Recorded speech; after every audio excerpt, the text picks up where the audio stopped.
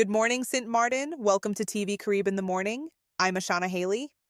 Stories came alive across Saba and St. Eustatius as students from University of St. Martin's Bachelor of Arts in Elementary Education program hosted a mini reading festival that left children smiling, teachers inspired, and entire communities connected through the magic of books. Led by UVI at USM Administrator Marva Sam, the USM students teamed up with their peers on the islands from the Creative Arts for Teachers class of the BAE program to bring 2 days of fun, color, and creativity to local schools and libraries. The event opened with a lively puppet show and a reading of The Hungry Caterpillar before transitioning into a playful dramatization of The Owl and the Rooster, a performance that captured the hearts of both young and old. Children cheered, laughed, and engaged as stories unfolded on stage, proving that books truly can leap off the page when imagination leads the way. It was so beautiful to see the joy on the children's faces, Antonia Joseph Phillips said. We wanted them to feel that reading isn't just something you do, it's something you experience. The trip was about more than just storytelling.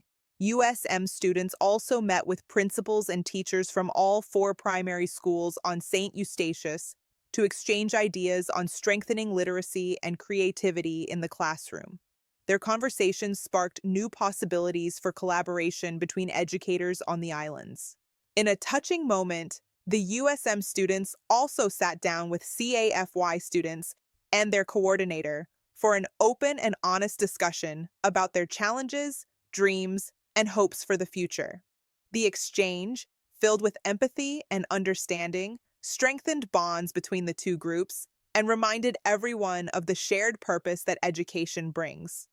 To end their trip, the USM students were invited to the Seventh-day Adventist Book Week launch, where they performed The Hungry Caterpillar once more, a joyful finale to their week of storytelling and community connection. USM thanked the schools, teachers, and community members of Saba and St. Eustatius for their warmth and collaboration. USM said the success of the mini reading festival reflects its ongoing mission to inspire creativity, strengthen education, and build bridges across the Caribbean. The extremely low voter turnout in Bonaire's recent Dutch elections, just 21.5%, is sending a clear message to politicians on the island and in The Hague. For many Bonaireans, staying home on election day was not apathy, but protest. It was a refusal to accept what they see as continued political control from the Netherlands since 2010, when Bonaire became a public entity of the Dutch state. Despite pressure from local parties, MPB, DP, UPB, and M21, voters largely rejected calls to participate. Many view the election system as one that fails to represent their interests.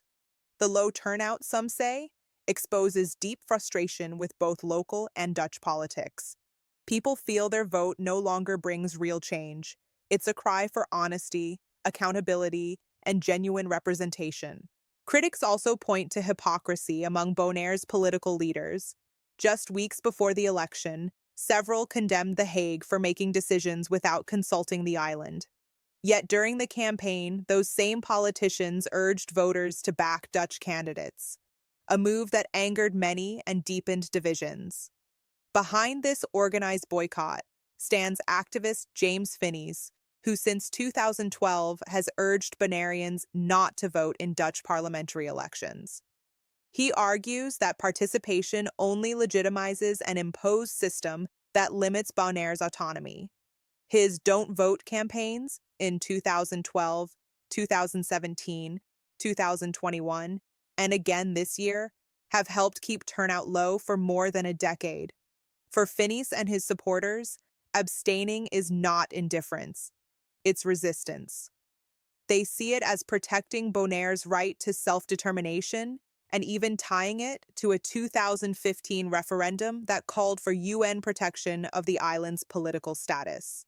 Meanwhile, media reports claiming that certain Dutch parties won on Bonaire are being challenged as misleading. With such low participation, many say no party can claim a true victory. In the eyes of the movement's supporters, The real winners were the people of Bonaire, those who stood firm against pressure from politicians, media, business leaders, even religious authorities, to send one unified message. They reject a system they feel was imposed on them, and they're demanding a new conversation about Bonaire's future.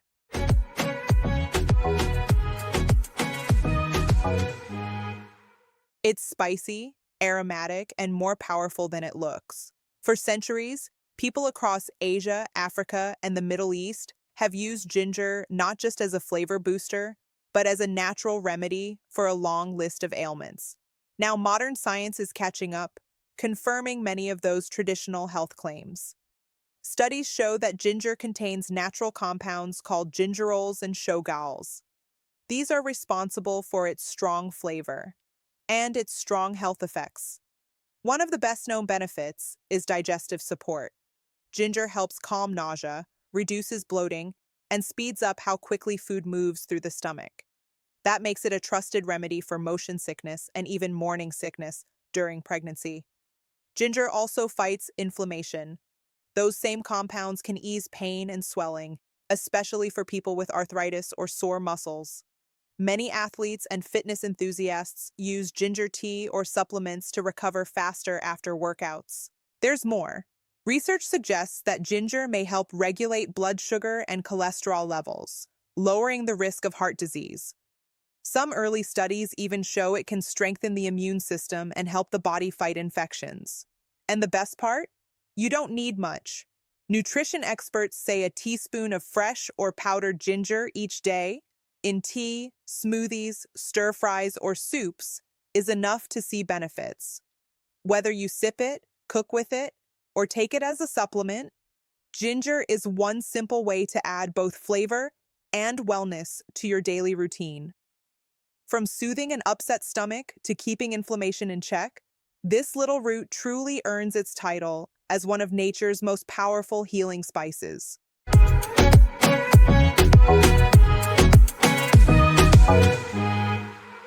Bruce Springsteen is rarely less than successful. Forget his two best-selling dozen albums and sold-out concert tours in stadiums and arenas all over the world, his top hits still in rotation all the time. Bruce has also had a best-selling memoir and a sold-out run of a hit Broadway show. He's won Oscars for his songs, not to mention Grammys. So it must be odd for him to see the movie based on a chapter of his life collapse at the box office. Scott Cooper's Deliver Me from Nowhere should have been a hit. Jeremy Allen White, a star from The Bear, playing Springsteen as a young man. Oscar nominee, Tony winner Jeremy Strong as Bruce's manager, John Landau. Cooper, who directed Jeff Bridges to an Oscar in Crazy Hearts. On paper, Deliver Me seemed like it would be huge. What could go wrong? Everything. Critics who were not avowed Springsteen lovers didn't like it. On Rotten Tomatoes, it has a 59% rating. The movie addresses the making of Bruce's Nebraska album in 1982. Bruce is depressed, agonizing over his next step. He's going to make Born in the USA. But first he has to go through this creative catharsis. A lot of the movie is Bruce brooding, retracing his life, having a therapy session. It's not the wild, the innocent, and the E Street Shuffle. Nor is it greetings from Asbury Park. It's more, who should I be now? In the end, very little is delivered no matter how much Cooper tries to craft a beginning, middle, and upbeat end. The result is that the box office is $16.6 million in the US, $30.8 million worldwide. It may never hit $18 million in the US. Deliver Me cost $55 million. It costs more than that. Everyone involved invested their heart and soul. Bruce has made countless appearances supporting it around the world. He's been very Bruce, a total mensch. Nebraska was not a hit in 1982, and few are nostalgic for it. A movie about the rising. That would have been really interesting. A movie about Bruce falling in love with Patti Cialfa. Okay. Anything about the making of the first 3 albums. Nebraska, acoustic, Dylan-ish, interior. No Clarence Clemens. It just didn't work. Deliver Me will still pick up some action from the Critics' Choice Awards and the Golden Globes. Its Oscar chances are fairly diminished, unfortunately. It may have a good life on streaming and on DVD. Meantime, there's an irony here. The original Nebraska album is number 13 on iTunes and 63 on Amazon. Not bad, but the expanded box set with the special Electric Nebraska hasn't caught on. It should have, and I don't know why it didn't. But it came right after the Tracks 2 box set, and that may have stretched budgets. Thank you for watching today's edition of TVCARiB in the Morning. Until our next edition, have a great day.